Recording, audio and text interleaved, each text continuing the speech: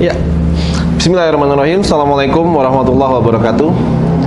Ketemu lagi dengan saya, Coach Ridwan Abadi, di seri Business Maturity. Bagaimana menumbuhkan bisnis Anda, ya. Nah, alhamdulillah kita sekarang sudah bertemu di episode yang ke-9. 9 ya, nggak kerasa udah ke-9 nih. Nah, kita sudah belajar di tahapan-tahapan sebelumnya bagaimana untuk mulai dari startup, running, growing, establish, dan sekarang kita sudah di stage keempat, yaitu establish, dan kita sudah di bagian yang ketiga. Kemarin saya menyampaikan bahwa untuk scale up itu ada 3C. Yang pertama adalah compete. Bisnis kita harus punya daya saing, ya, dan juga layak untuk di scale up. Dilihat dari apanya? Marketnya. Apakah marketnya besar? Yang kedua, produknya mudah nggak untuk diduplikasi. Dan yang ketiga adalah kompetitornya. Kompetisinya seperti apa?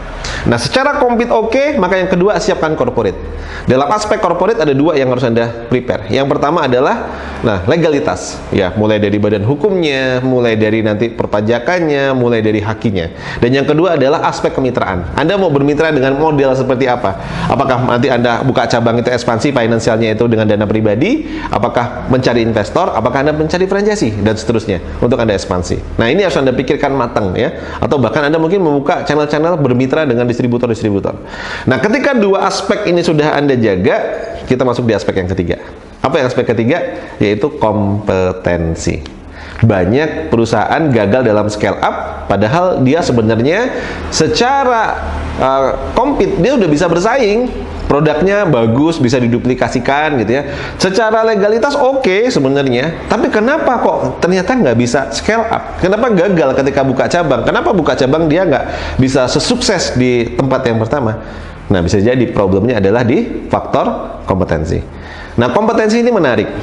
Jadi kompetensi ini saya lebih suka mungkin menggambarkan istilah saya namanya kapasitas, ya. Jadi kapasitas ada dua hal dalam konteks kapasitas. Yang pertama, keberhasilan kita itu kita lihat dua aspek. Jadi yang pertama itu adalah kemampuan atau kompeten, dan yang kedua itu adalah karakter. Saya ambilkan contohnya kira-kira kayak gini. Contohnya misalnya ada dua orang sahabat yang lama nggak ketemu. Sebut aja si Budi dan si Andi. Nah, kira-kira gitu ya. Nah, si Budi ini seorang yang mungkin menjadi pilot, ya, dan si Andi ini mungkin kita lah, ya. Datang ketemu di bandara, ya. Anda anggaplah si Andi. Pada saat di bandara ketemu dengan si Budi yang udah lama banget gak ketemu, dan ketika kita ketemu kita tanya, "Hei, mau kemana kok bisa bareng ketemu di bandara?" gitu. "Oh, saya mau ke Jakarta," gitu. Ditanya sama teman kita si Budi, "Coba lihat tiketmu." Kita tunjukin tiketnya. Pas kita lihat tiketnya, wah, ternyata pesawatnya bareng sama gitu. Tapi kita duduk sebagai penumpang, dan teman kita nih si Budi tadi ternyata dia jadi pilotnya. "Gue pilotnya nih di pesawat ini," gitu. Nah, pada saat Anda ngeliat, wah, lama banget gak ketemu. Sejak kapan jadi pilot? Dia cerita bahwa dia udah 10 tahun jadi pilot, sudah terbang kemana-mana ke seluruh dunia.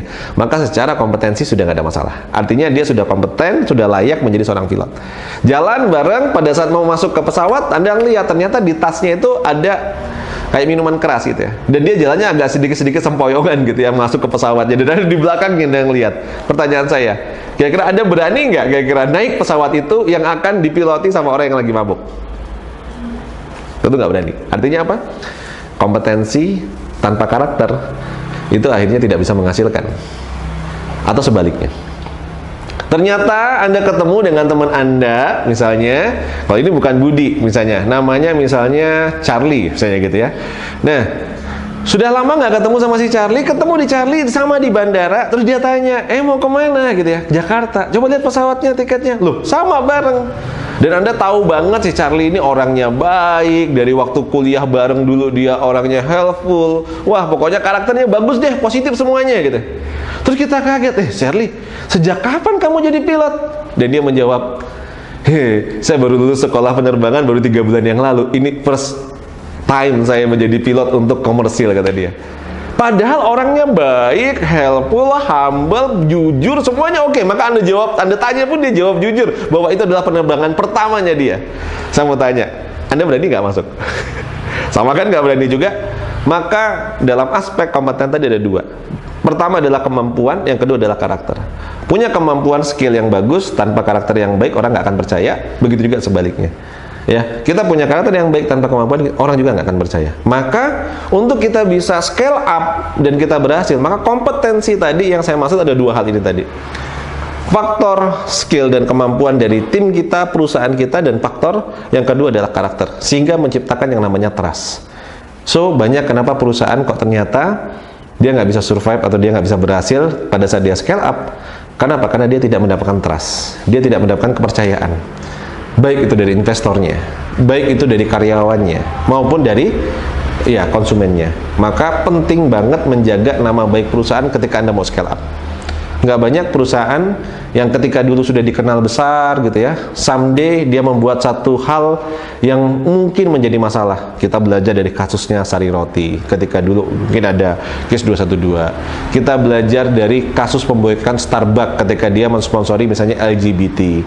Kita belajar dari banyak hal lain yang kalau kita ngelihat dua hal ini menjadi satu faktor, kompetensi, dan juga yang kedua adalah karakter. Nah, maka untuk berhasil membangun sebuah perusahaan yang berhasil di scale up, dua ini harus dijaga. Bagaimana kita membangun kompetensi tim kita dengan sangat baik, artinya yang tadi sudah kita bahas tentang organisasi, sistem manajemen, ya, legalitas dan seterusnya itu kita jagain dengan begitu luar biasa. Tapi jangan lupa di sisi lain track record, nama baik brand kita harus kita jaga. Kenapa? Karena bagi saya brand is reputation. Ya, brand itu bukan hanya sekedar apa yang kita bangun, kita citrakan, tapi brand itu adalah reputasi. Ya, reputasi perusahaan kita. Sekali cacat, maka Anda kayak balik lagi ke startup. Sekali cacat, Anda kayak turun lagi levelnya. Maka hati-hati ketika Anda membangun scale up. Di tahapan yang ketiga, tadi dua hal tadi. Yang pertama, masih ingat tadi apa? Bagaimana membangun tadi compete strateginya. Yang kedua tadi bagaimana kita membangun aspek corporate-nya. Dan yang ketiga ini bagaimana kita membangun aspek kompetensinya. Dan jangan lupa tadi dalam aspek kompetensi ada keahlian dan juga ada karakter. Nama baik harus dijaga. Nah, inilah yang nanti harus kita lihat. Hari ini banyak banget teman-teman yang bertumbuh bisnisnya ngerasa di tahun 2020 itu drop gitu ya. Kenapa? Karena ada pandemi. Karena ada kondisi yang tidak mudah dan tidak pernah kita duga, tidak pernah kita sangka. Nah, nanti next kita akan bahas di sesi berikutnya, saya kasih bonus sedikit, kita akan berbicara tentang bagaimana scale up di era pandemi. Jadi gimana kita bisa dalam masa pandemi yang susah, dalam masa krisis yang berat, tapi kita masih bisa survive. Nah, nanti kita akan bahas. Kenapa? Karena terkadang kita ngerasa kemarin sudah bagus, trennya juga oke, tahu-tahu kena pandemi, habis. Banyak bisnis-bisnis yang seperti itu. Contohnya, teman-teman yang bermain di oleh-oleh. Wah, udah besar bisnisnya, tahu-tahu kena pandemi, drop juga. Ada teman-teman yang bermain, misalnya contohnya di bidang sektornya adalah pariwisata, ya, punya tempat wisata atau mungkin punya tempat yang memang jualannya di tempat wisata, kena kondisi kayak kemarin, drop juga, kayak gitu.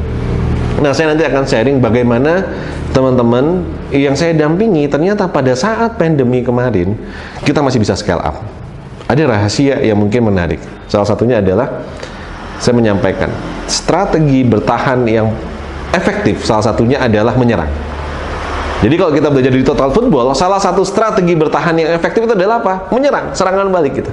Nah, jadi pada saat pandemi banyak orang yang ternyata mereka gagap, menurut saya gagap menyikapinya, sehingga apa? Memutuskan menutup bisnisnya, mengurangi karyawannya dan seterusnya. Padahal di sisi lain ada demand, ada opportunity yang itu tidak terpenuhi gitu. Nah, kalau kita memahami, maka kita bisa memanfaatkan dan kita bisa menjadi luar biasa. Nah, maka kita akan bahas nanti di sesi tambahan kita berbicara tentang bagaimana tetap scale up di masa pandemi. Nah, untuk ini sesi ini kita sampai sini dulu ya. Tadi teman-teman sudah belajar bahwa bagaimana kita men-scale up perusahaan kita, dan kalau kita lihat dari episode-episode sebelumnya ada 3 ya hal yang harus Anda prepare ya. Yang pertama, pastikan bahwa kita bisa compete perusahaannya. Yang kedua, pastikan mindset kita korporasi dan tim kita siap menjadi corporate. Dan yang terakhir, pastikan kita punya kompetensi yang berbicara tentang kemampuan dan juga berbicara tentang karakter. Dan kalau ini kita jagain, benar-benar kita tata, insya Allah kita akan menjadi perusahaan yang sustain dalam scale up-nya.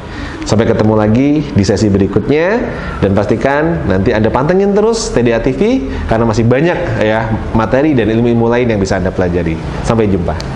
Anda mau buat bisnis baru juga boleh, Anda mau beli aset sebanyak-banyaknya juga oke, gitu. Itu contoh yang pertama ya, bisa dijual.